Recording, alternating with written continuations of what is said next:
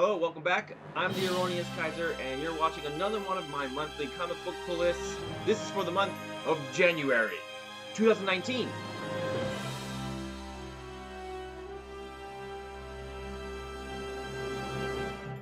Alright, I hope you all had a good holiday. It's back to the norm now, though. No subtitles on this one because Shoko has a different translating job that she actually is getting paid for. So until that's done, Japanese subtitles are on hiatus. I get these comic books from Discount Comic Book Service, or DCBS. I get them once a month. I live in Japan. Takes them a while to get to me, so it might be a little late. But here's what I'm going to be reading for this month. I'm going to go in 3 parts: new titles, killer bees, returning favorites. Let's get into it. First up, new title to my pull list. This is Die by Kieran Gillen and art by Stephanie Hans, which I think would be a pretty cool team. This is about some kids who play D&D and then they get thrown into that world as their characters. So kind of like the Dungeons and Dragons TV show back in the 80s, I guess, but I think maybe stakes will be a little bit higher on this. I'm very excited about it. I think it's going to be pretty cool. The dude who wrote it also wrote Wicked and Divine. Right, next we got Web of Venom, Carnage Born. This is just a one-shot, and I'm just talking about Carnage. I haven't seen him in a little bit. I think it's going to be pretty cool. Alright, here we got Vampirella versus ReAnimator. ReAnimator, that ReAnimator, and Vampirella are teaming up for, well, I guess they're probably going to have to fight it first. Well, I don't know, can ReAnimator fight like that well, other than, like, reanimate stuff for him? I don't really read that many Vampirella comics. I mean, I'm a fan of the idea of Vampirella, but I never really got into the mythos of her. I mean, I don't even know if there have been other ReAnimator comics. If there have, I have not read them. But I mean, I thought I do like the movies, and I thought it might be a pretty cool concept for them to team up. This comic is all in black and white except for red and green, I think, on the inside. So black and white, red and green are the only colors used. I think that's a pretty cool concept as well. Here is a comic I have been looking forward to for quite a while. This is Shazam No. 1, written by Jeff Johns. This is the blank variant. The regular cover is on the inside.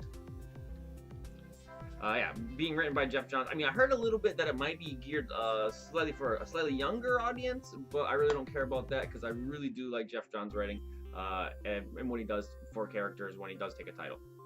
Right, this is the Greg Capullo variant for the Batman Who Laughs No. 1. So this is a new series drawn, so art by Jock, written by Scott Snyder. Everyone pretty much knows who the Batman Who Laughs is now. It's Batman from another universe, a dark universe, where when he finally killed Joker, the Joker gas came out and then infected Batman and he went insane. We also see the first appearance of the kind of Punisher type Batman in here. More on him when I get his one shot pretty soon. Alright, this is, well, new to my pull list, but it's definitely not going to make a regular... It's not going to be a regular addition to the polo. I got this because of the Del Otto cover of Dr. Doom here. I thought it was pretty cool. This is Amazing Spider-Man number 11. This is the Fantastic Four villains variant for that. I like Nick Spencer and Ryan Ottley on Amazing Spider-Man. I don't like that Humberto Ramos and Ottley switch back and forth on the art, and I've never really been that big of a Humberto Ramos fan. I mean, he's a good artist. I just really don't like his style, and that's enough to keep me from putting Amazing Spider-Man on my regular pull. Alright, and now we move on to the Killer Bees.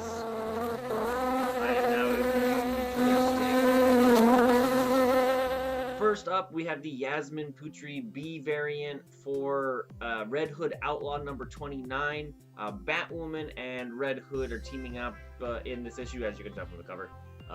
And I do like this series a lot. I am disappointed that the Outlaws team has broken up for the moment, but I have been reassured in articles and comments that they will be coming together again at some point.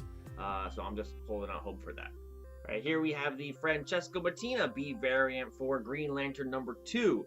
I think it looks pretty cool. Actually, I think Mattina got into some trouble recently again for kind of copying poses or art from other artists. It's not, I don't know how I feel about it. He's almost copy pasting some stuff on, but like expanding on it. And I do think that a lot of times it comes out better than the stuff he was either referencing or copying full out. So he left or was fired from Marvel because he was caught doing similar stuff earlier, and looks like DC doesn't have a problem with that so far. I mean, people like me are buying and really liking a lot of the covers that he does. And I know he doesn't copy all the stuff, but it's come out recently. Maybe he's falling into some of his old habits.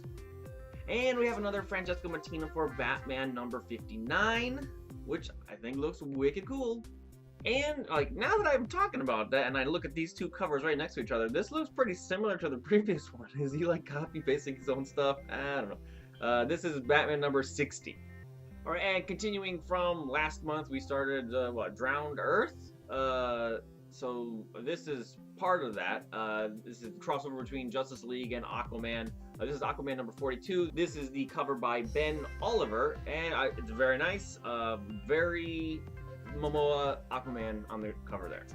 And another very Jason Momoa Aquaman on the cover of Justice League number 12. So this is the last part in Justice League that has to do with Drowned Earth. But Justice League 13 by Jay Lee. He has a very specific style. It's easy to point out that this is a Jay Lee cover. I think it's pretty cool. A lot of white space, and I'm not sure how I feel about that. This is Aquaman Justice League 1. This is the Drowned Earth finale. Before was Justice League Aquaman 1. That was the beginning of Drowned Earth. This is the end of it right here. Here we have Justice League Dark number 5. Cool stuff going on in this comic. I really do like it.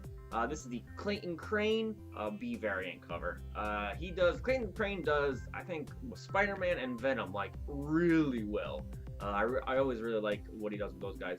This is pretty cool. Some of the characters, I mean, I'm not sure. Maybe the females look a little too anime. I don't know, or too pretty. I don't know. Smooth maybe. I don't know. But he does do, you know. Swamp Thing there is pretty cool. Like he does like vines and stuff like the same way he does with like Venom and stuff like that. I think that's what he does really well. And I have the same thing to say about this cover, also by Clayton Crane. This is Justice League Dark number 6. Jenny Frison never fails to make beautiful covers. This is Wonder Woman number 59. And we have a 60 here. So this arc that we're in with Wonder Woman right now, she is meeting up with Ares. He has escaped or was released, kind of maybe from his prison, and he wants to do the right thing, but I think it's all jumbled up in his head what exactly that is, and so he'll probably be button heads with Wonder Woman then. One artist that I am liking very much recently is Kare Andrews. This is the connecting cover. This is Marvel Knights 20 number 3. Actually, I didn't get the second part, or I ordered it, but it wasn't delivered. Like it's on backorder or something like that. I'm hoping that that'll be sent out to me at some point. So the connecting cover will have, for now, a space in it. We had like Daredevil in the first one, and I think Punisher was coming in the next one. But yeah, they go across and make one big picture, and done by an artist that I do like very much right now. As far as the story goes for this, we're in a world where for some reason everyone has lost their memory. Daredevil, in the first issue, Daredevil and Punisher, Punisher was given a list of people to find to try to jog their memory. So Daredevil could remember that he was Daredevil, but he couldn't remember anything else. Punisher can remember that he's Punisher, but he can't remember anything else. We saw Bruce Banner in there. We know that Elektra is on the list for people trying to jog their memory, and Kingpin is in the background, going to try to take control there as well. So it seems pretty cool. Alright, here we have probably the best thing to come out of Marvel in 2018. This is Immortal Hulk. This is number 9. Alex Ross on the cover. It's amazing. This story is wicked good. We're going back to, kind of a Hulk just being by himself out in the desert. People chasing him and trying to take him down. And there is a little bit more horror than we have seen in a regular Hulk comic book. And I do love it. Alright, I took a shot, and I should have gotten the regular cover for this. This is Immortal Hulk number 10. This is another Fantastic Four villains cover. This one is done by Jughead. I don't even know that's how you say his name. And I don't even know who this dude is. Got Doomsday Clock number 8. And we see a little puppeteering here, trying to get Dr. Manhattan and Superman to confront each other. Vite is controlling them. I think those are his hands, right? This series doesn't come out enough, and it's a 12-part series. We're getting up on the end here, but it should have, a huge blow, or a huge impact, I should say, on the DC universe. Exo Man of War. This is number 21. I still like this comic a lot. I don't know. I don't really hear anybody else talking about it, but I do like it. We're gonna see some of those cool assassins that we saw when Eric was on another planet as Emperor. I think they're coming back, and I thought those were pretty cool characters. I'm excited to see them come back and try to take down Eric a second time. House of Waxwork. This is number 3. This comic is pretty cool. Find the music that comes with it. I found it on SoundCloud and listen to it while I read the comic. This and Poser, both. This is it's a really cool concept. If kind of gimmicky. I mean, if you wanted to, you could buy the actual vinyl that comes with the comic. But yeah, I hope this is a new host, the Decomposer. Maybe it has something to do with music. I don't know. But this kind of anthology horror stuff is what I really dig.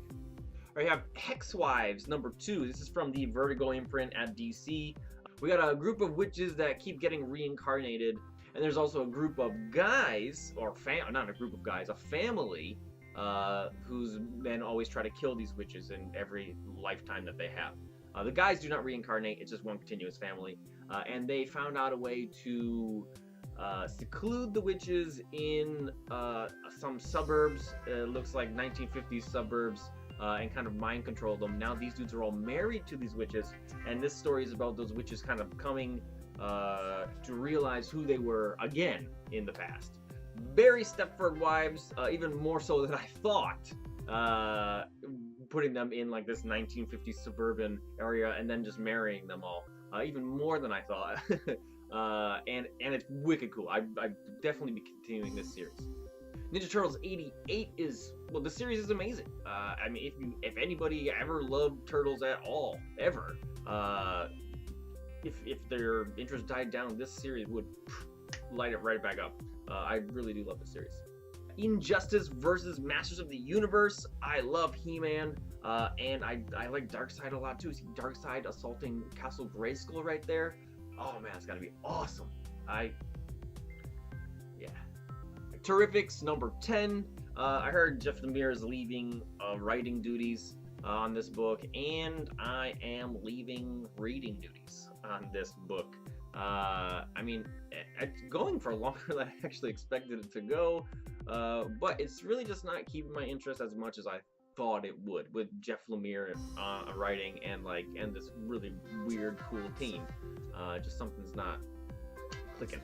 This is another blow-away series. This is Pestilence, Story of Satan, number 5. I mean, I've talked about this in previous ones. Satan. It wasn't just zombies in Pestilence. Now they're Satan-controlled zombies, and we see a very small group of knights and family who are fighting back. I keep switching up the words, but here's 3. Slaughter, Satan, and Sodomy. I don't know. It's got it all. Jughead the Hunger, number 10.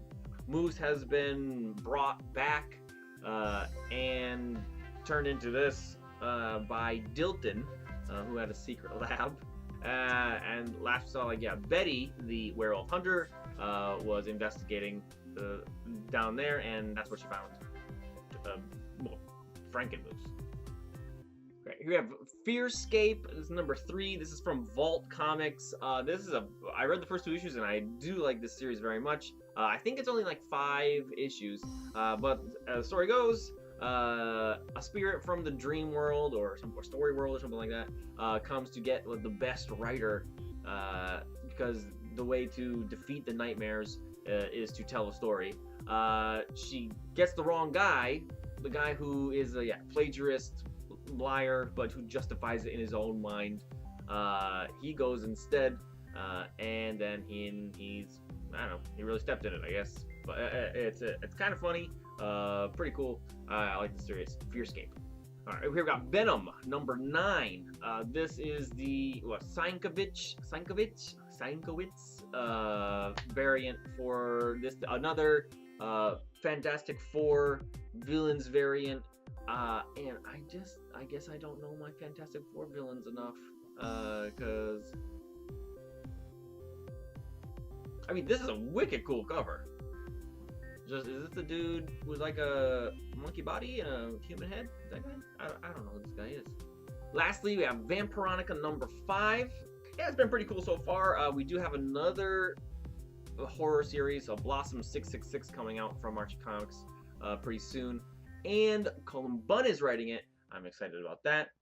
We will be also seeing Vampirella and Jughead the Hunger, the werewolf Jughead, will be ending up in a crossover, so one of them would have to come to the other one's universe, because Betty is a werewolf in the Jughead the Hunger universe, and I think Jughead is just a regular dude in the Vampirella universe. So there will be a crossover, I think, in April.